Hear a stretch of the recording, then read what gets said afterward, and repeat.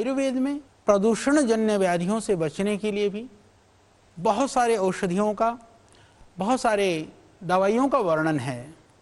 प्राचीन काल में यूं तो बहुत पोल्यूशन नहीं होता था, फिर भी जो आपके श्वसन तंत्र को, जो आपके फेफड़ों को जो ताकत दे, जो मजबूती दे, हमारे इम्यून सिस्टम को स्ट्रॉन्ग करें, बॉडी के रेजिस्टेंस पावर को बढ़ाएं, वो चीजें बहुत ही गुणकारी होती हैं। क्योंकि एक तो प्रदूषण से और बाह्य वातावरण से, ऋतु परिवर्तन से, सर्दी गर्मी से लड़ने की क्षमता, बैक्टीरिया या वायरल आदि डिजीज से लड़ने की क्षमता यदि कहीं से प्राप्त हो सकती है तो आयुर्वेद की ही दिव्य औषधियों से, जड़ी बूटियों से। दूसरा कोई रास्ता नहीं। दूसरा एक उपाय है तो वो योग है। तो योग और आयुर्वेद ही एक ऐसी परंपराएं हैं हमारी जो न केवल रोग के लिए अपितु रोग न होने देने के लिए। और आयुर्वेद के नाम पर भांति भांति की चीजें बाजार में है, क्षमा करिएगा, क्योंकि जब हमने आयुर्वेद को बाजार बना दिया तो हम कहें आयुर्वेद से दूर हो गए। तो पतंजलि ने यह प्रयास किया है आयुर्वेद की उन प्राचीन परंपराओं को और भी गुणवत्ता के साथ में और भी अनुसंधान के साथ में आप सबके लिए लेकर के आए। जैसे आपको मैं बताना चाहता हूं, ये पतंजलि का च्यवनप्राश है। अब च्यवनप्राश की जब बात आती है, शास्त्र की बात आती है, तो मैं आपको बताना चाहता हूं कि कई लोग कहते हैं कि ये च्यवनप्राश है। वस्तुतः यह च्यवनप्राश कोई च्यवन औषधियों के कारण से च्यवन नहीं हुआ इसका नाम, ये च्यवन ऋषि के कारण से, कि च्यवन ऋषि के कारण से यह इसका नाम च्यवनप्राश पड़ा। और च्यवनप्राश को यूं तो अवलेह के रूप में शास्त्रों में वर्णन है, पर इसको अवलेह को थोड़ा सा गाढ़ा कर दिया जाता है तो पाक का स्वरूप ले लेता है। तो पतंजलि का च्यवनप्राश विशुद्ध रूप से अवलेह की स्थिति में भी नहीं है, पर पाक भी नहीं है। पाक कैसा होता है मैं अभी दिखाना चाहता हूं। तो यह पाक अवलेह से थोड़ा सा गाढ़ा, पाक से थोड़ा सा पतला, क्योंकि सेवन करने में आपको परेशानी ना हो, लेने में परेशानी ना हो, इसीलिए हमने इसको थोड़ा सा गाढ़ा किया है। हालांकि गाढ़ा करने पर जलीय अंश और खत्म हो जाता है, तो च्यवनप्राश में ज्यादा हमको औषधीय द्रव्यों का लाभ मिलता है और पदार्थ के रूप में हमको ज्यादा बनाना पड़ता है। तो पॉल्यूशन से संबंधित जितने भी परेशानियां हैं, मैं बिल्कुल पूरी प्रामाणिकता के साथ ये बात कहना चाहता हूं, ये च्यवन ऋषि के जीवन को जवान बनाने के लिए अश्विनी कुमारों ने जिस अवलेह की संकल्पना की, जिसका निर्माण किया, उसको आज च्यवनप्राश के नाम से हम जानते हैं। तो उस च्यवनप्राश के अंदर यूं तो अष्टवर्ग बहुत महत्वपूर्ण औषधियां हैं, और आपकी जानकारी के लिए मैं बताना चाहता हूं कि अष्टवर्ग औषधियां आज लगभग वह अप्राप्य है, बहुत दुर्लभ है। पहली बार हमने अष्टवर्ग रहस्य करके पुस्तक का भी निर्माण किया। वो पहली पुस्तक है जहां कौन से 8 औषधियां हैं जो अष्टवर्ग में प्रयुक्त होती हैं, वो हमने अनुसंधान कर करके लिखा। उसमें से जो उपलब्ध हैं, लोग हालांकि उसको भी नहीं डालते हैं च्यवनप्राश में, वो 4 द्रव्य हैं। जैसे मेदा, महामेदा के नाम पर एक द्रव्य उपलब्ध होता है, काकोली, क्षीरकाकोली के नाम पर एक द्रव्य उपलब्ध होता है, रिद्धि वृद्धि के नाम पर एक द्रव्य उपलब्ध होता है, ऋषभक जीवक के नाम पर एक द्रव्य उपलब्ध होता है। 4 द्रव्य बाजार में मिल जाते हैं, परंतु वो भी पर्याप्त मात्रा में नहीं मिलते हैं, बहुत महंगे मिलते हैं। इसीलिए लोग या तो कम मात्रा में डालते हैं या तो नहीं डालते। मैं इस बात को पूरी प्रामाणिकता से कह रहा हूं। परंतु पतंजलि के अंदर में, क्योंकि वो 8 द्रव्यों का नाम 4 नाम से है, उसके जो दूसरे 4 द्रव्य हैं वो बहुत ही कम मात्रा में है। कुछ जो हाई अल्टीट्यूड में अभी हम कल्टीवेशन की योजना बना रहे हैं, टिश्यू कल्चर लैब बना रहे हैं, पर जो 4 द्रव्य हैं वो भी बहुत महत्वपूर्ण हैं, पर हम उनको पूरी मात्रा में डाल करके च्यवनप्राश का निर्माण करते हैं। च्यवनप्राश यदि उनकी औषधियों की गणना करें तो करीबन तकरीबन 50-52 जड़ी बूटियां पड़ती हैं। उसके अंदर पूरा जो 10 मूल है वो सारे 10 मूल के द्रव्य डालते हैं। ये अगर तगर गिलोय जीवंती पोहकरमूल रिद्धि वृद्धि, और इसके अतिरिक्त जो है कचूर, नागरमोथा, पुनर्नवा, मेदा और शतावरी, इलायची, कमल, चंदन, विदारी कंद, अड़ूसे की जड़, काकोली, क्षीर काकोली, विविध तरह के जितने भी आयुर्वेद में वर्णित दिव्य औषधियां हैं, अधिकांशतः दिव्य औषधियों को डाल करके इस च्यवनप्राश का निर्माण किया जाता है। और ताजे आंवलों से, ताजे आंवले होने चाहिए, परिपुष्ट आंवले होने चाहिए। दुर्भाग्य से अभी हमको ऐसा सुनने में आता है कि आंवले की जगह पर लोग कोई पपीते का पिष्टी बना रहा है, कोई और किसी चीज का बना रहा है। और अभी भी इस सीजन में अभी आंवला पकना शुरू नहीं हुआ है, क्षमा करिएगा, च्यवनप्राश हम अभी बना चुके हैं। पर एक रहस्य की बात मैं बताना चाहता हूं, पतंजलि दिसंबर में या जनवरी फरवरी में जब आंवले पूरी तरह से पक जाते हैं, अच्छी तरह से पक जाते हैं, तब हम आंवले को लेकर के पूरे घी के अंदर, शुद्ध गाय के घी में, क्योंकि जो उसके आंवले के पिष्टी का जो निर्माण की विधि है गाय के घी में विधान किया है। गाय के घी में हम आंवले के पिष्टी को भून करके फिर उसको पूरी तरह से ढक करके उसको रख देते हैं, बिना किसी प्रिजर्वेटिव के डाले। प्रिजर्व करने की जरूरत नहीं, वो खराब नहीं होता है। तो फिर अब अगले सीजन के लिए वह पिष्टी बहुत ही तैयार और परिपुष्ट आंवले की पिष्टी हमको मिल पाती है।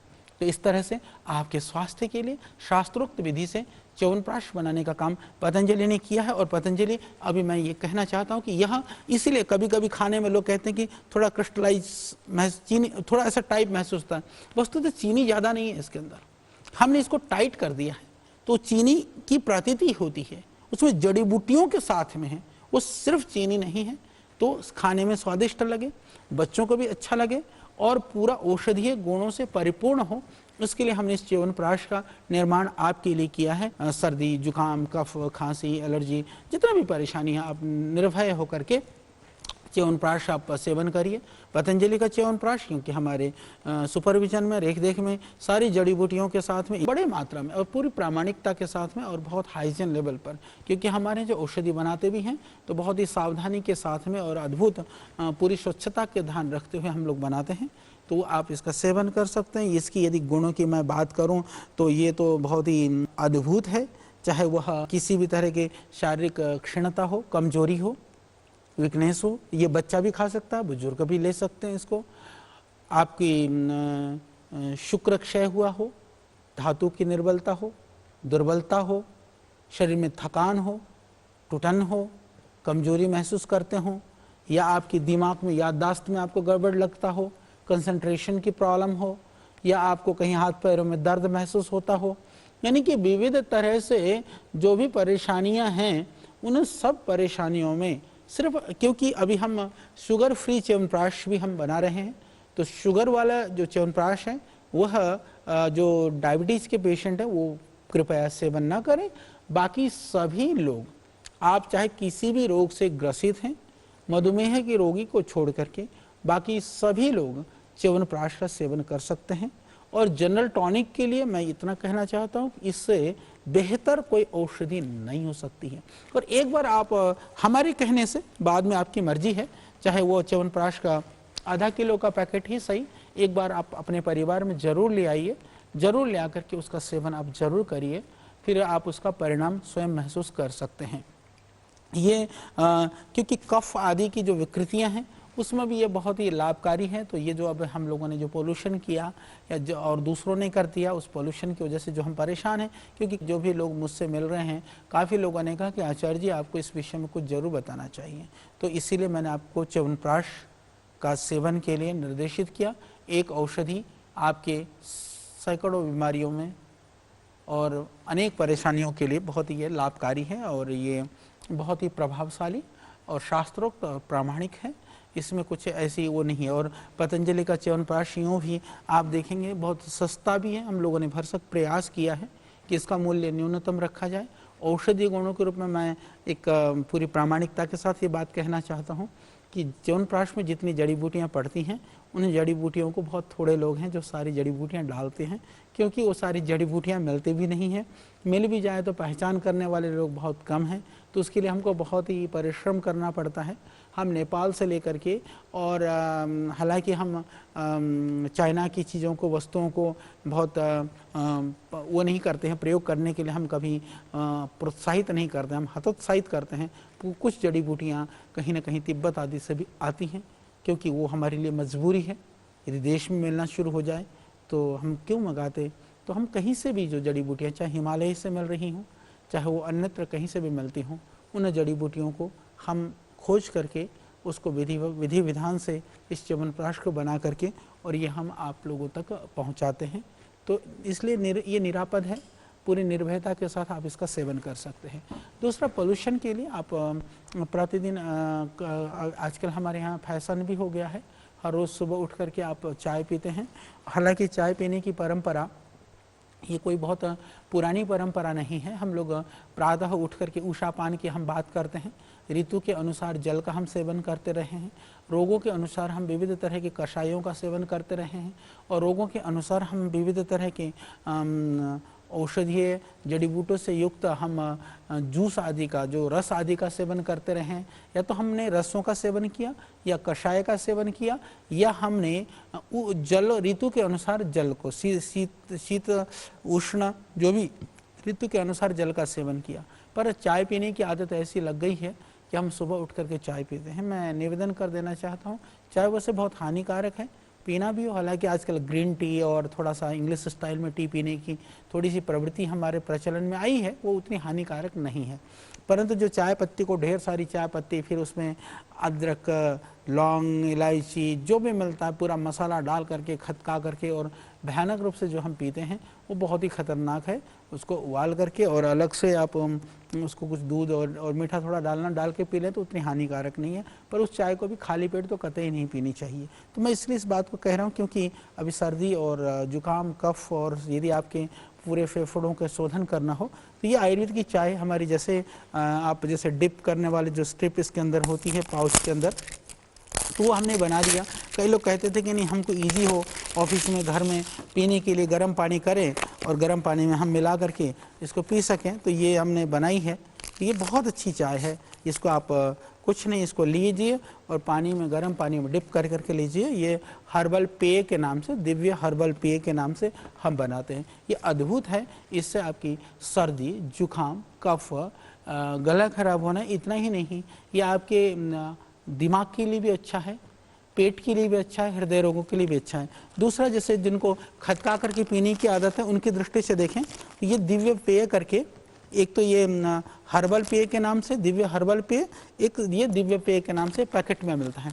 इसको सीधा सीधा से जैसे चाय पत्ती को डालते हैं उस तरह से उबाल करके आप पी सकते हैं। दो तरह की चाय हमारी, और मैं कहता हूँ कि इसको आप ज़रूर सुबह चाय छोड़िए। चाय की जगह यदि आपको मीठा नहीं डालना हो तो बिना मीठे का पीजिए, चीनी बिना दूध के पीना हो तो भी पीजिए, अच्छी लगती है।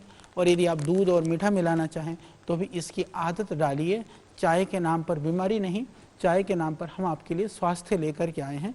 इसका सेवन आप ज़रूर करिएगा। और जो पोल्यूशन की वजह से डेली प्रतिदिन धूल धक्कड़ बाहर हम घूमते रहते हैं और इस तरह की जो परेशानियां सब झेलनी पड़ती है, मजबूरी है, तो उसके लिए यदि आप ये 2 कप चाय सुबह शाम 1-1 कप चाय पी लेते हैं तो समझ लीजिए कि लगभग इस तरह के धुएं से और ये धूल धक्कड़ से होने वाली बीमारियों से, होने वाली जो परेशानियों से आप बच सकते हैं। ये बहुत ही साधारण और निरापद उपाय है।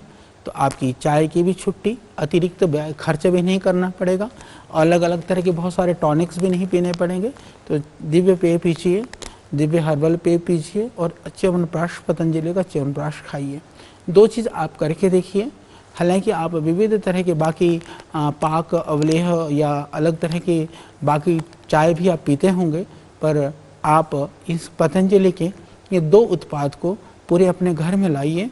और जो रोगी नहीं है, घर में कोई बीमारी नहीं है, परेशानी नहीं है, तो भी इन 2 द्रव्यों को आप पूरी सर्दी, कम से कम ये चाय को तो 12 महीना पी सकते हैं, यूँ तो च्यवनप्राश 12 महीना खा सकते हैं, परंतु सर्दी में क्योंकि हमारी जो पाचक जो जठराग्नि है वो तीव्र होती है, ज़्यादा पाचन हो जाता है। और सर्दी में ताकत वाली चीज़ों के सेवन के लिए यूँ भी शास्त्रों में, आयुर्वेद में ज़्यादा वर्णन किया गया है। तो ताकत के लिए एक च्यवनप्राश बहुत ही अच्छी चीज़ है और दिव्य पेय आपकी सेहत के लिए, स्वास्थ्य के लिए।